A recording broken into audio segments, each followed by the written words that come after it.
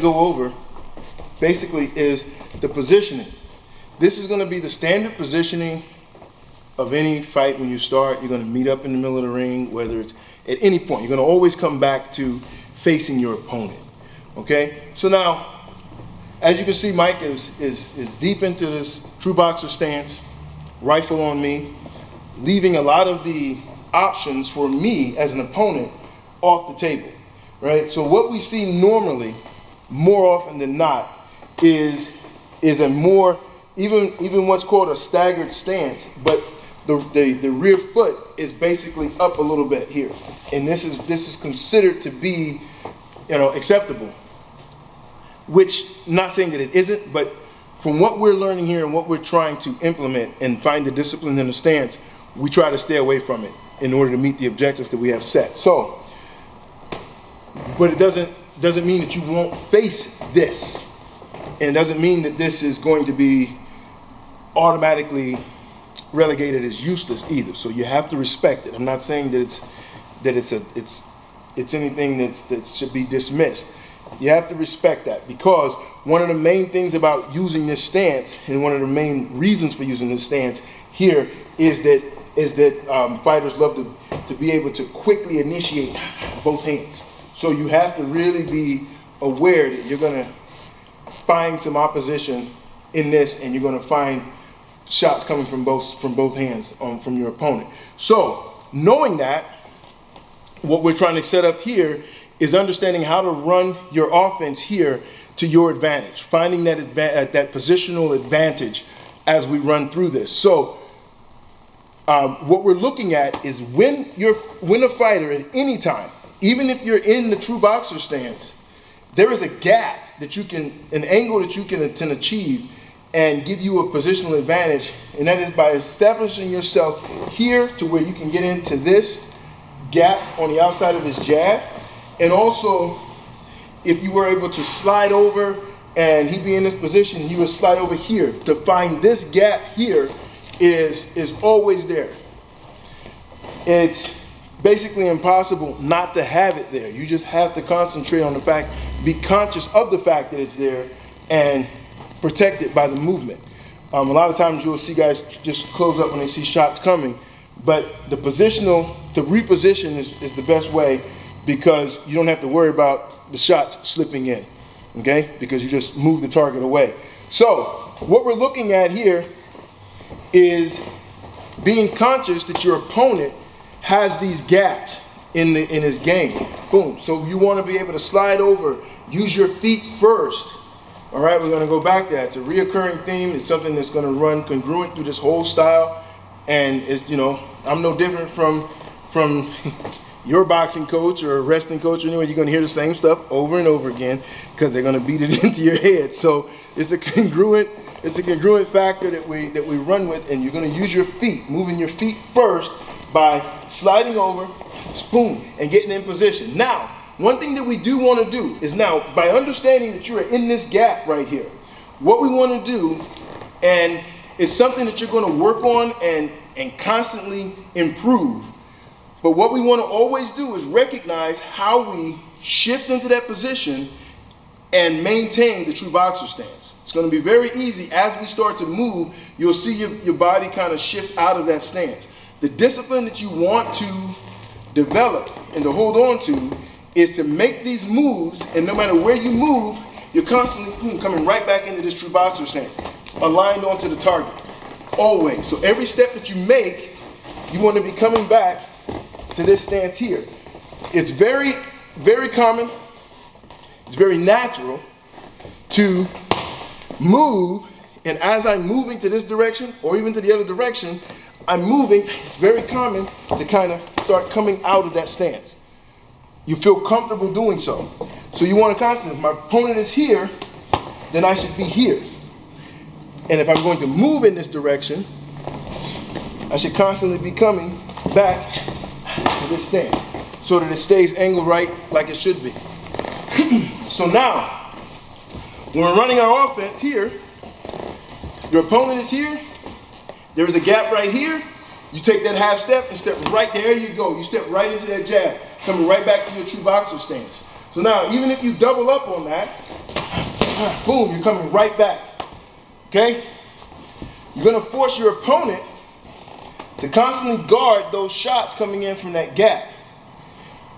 The cool thing about that is that it forces your opponent into what we call the reactionary mode. And because the brain generates speed and power in a circular motion, one of the common reactions you're going to see when they come around this way is this spin out. There you go. Which creates another gap on the back end. Okay? But it's very hard to defend you taking these half steps if they start to spin. It's very hard for them to defend that by spinning. Okay? So the advantage of this is it allows you to run your offense into the gap, giving yourself targets to hit, making your opponent react. But the number one reaction to that usually isn't very beneficial for them. All right? It's just you staying on your game and being balanced, moving in a balanced manner and keeping your positioning in the objectives of our true boxing stance. We're here, you're shooting to your jab. So now you're coming right into the gap. So now, what I'm doing here, we'll go over this. What I'm doing here is as he's moving into that gap, I'm going to pressure him without spinning out, which forces him to stay on his game. Okay, so now when you're running this, if you run this with your partners or another fighter, or even if you're a coach and you're running this with your fighters, what I want to do is initially you want to establish this by allowing him to get it, right? And you're just moving and you're just drilling it. And you're constantly critiquing it, making sure that wherever he's falling out, you guys are drilling it till it gets clean. And once that happens to where they do drill it, they're clean with it, you start to test them. So now, I'll come here, you shoot it, you step into the gap, throw the jab, and I'm going to pressure you. Now you see how the number one reaction to that, we were going over this earlier, the number one reaction to that was when I came in, you hunker down, basically waiting to get hit. Okay? And it's a natural thing that we do. But instead of leaving your feet in that position, waiting to get hit, if you shoot in your jab, you step in the gap. I come forward, there you go, you move your feet. You move your feet, you keep that same angle, and you go right back into your offense. Now, if you can, give yourself enough distance from your lead foot to your opponent so that when you extend your jab, it's at the end of the jab. If you don't, which happens very often, we'll be in here, you get into a good position, but you're too close, you'll throw that jab from here, right? And you kind of take a lot off of it and also allow yourself to be in reach for a lot of things that you may not see coming, okay? So, as you're moving, as your opponent moves, we hold on to all of the objectives of our true boxer stance. So let's say you go in, shoot your jab, go, I move in, boom, you reestablish, and come on, see how you're too close, you're too close. When I come here, shoot the jab, one, I step in here, reestablish, back into your jab, there you go. You want to be able to come in. If I'm here, boom, I'm shooting my jab, if Mike comes in on me here, I reestablish here, as opposed to just coming around, okay? So now, most times when guys are coming in, being that aggressive, they have the intention of throwing punches once they get there. So if you don't move back or move and create that distance at any angle at the same time, you get caught with whatever he's bringing with him, okay? So when you shoot your jab, I come in here, there you go, you come right back on the end of your jab. You just turn and step. It's right there. And you just stay right at the end of it. Okay. I step to the inside. There you go. Now come back. Now, you understand what you did there? You understand what you did there? What happened was as you ran that, the momentum took you. And if you were running that in here, and your momentum takes you and I step here, you ran right into me last time. Yeah. Yeah. Because I played against your momentum. You create that momentum, I can step on the track, trip you up. So we're going right back into the balance. The balance comes from here, straight off the waist. Boom, feet from the waist down is where you're moving from. Let's go, double up. Come here, there you go. It's right there, come from in here. You shift, shift, shift, shift. Good, there you go. Now, as you can see, for the video today, what we're doing is I'm drilling his jab. I'm drilling his jab. I want him to run his jab. We're not worried about combinations from this right now.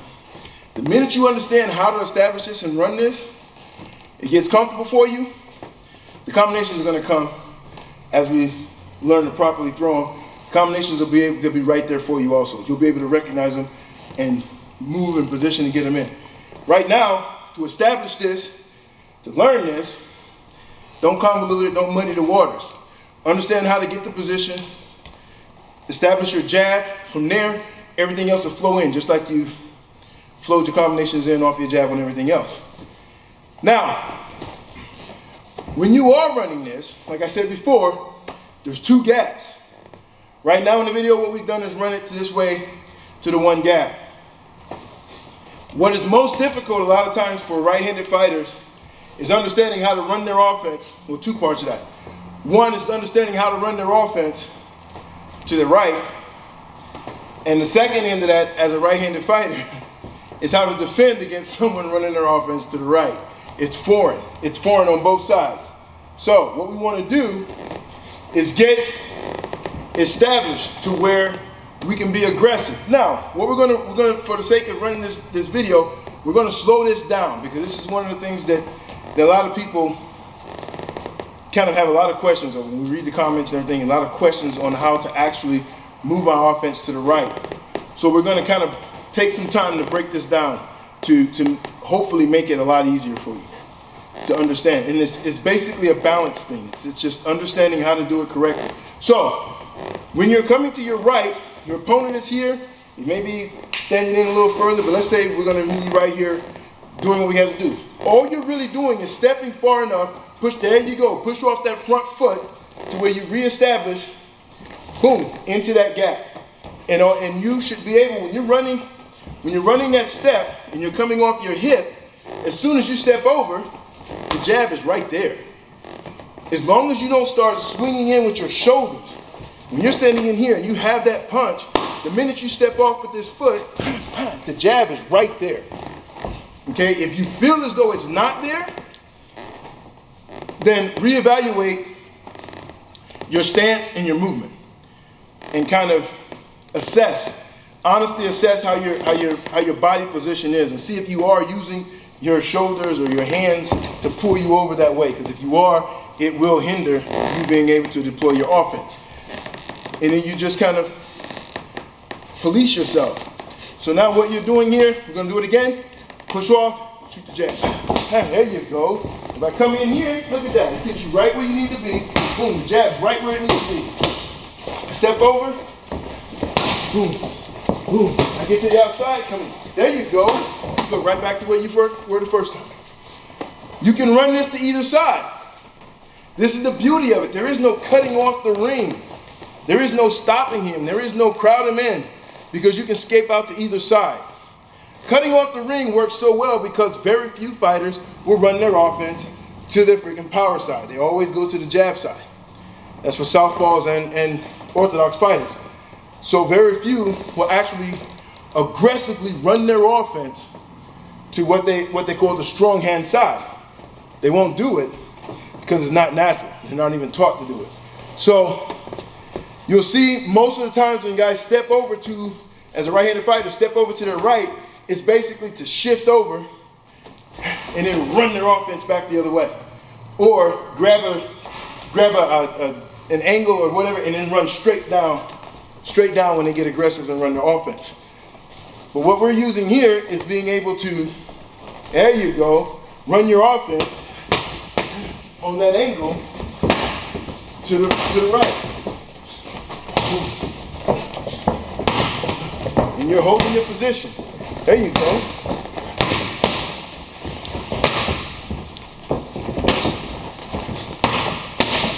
go. Now, see what happens.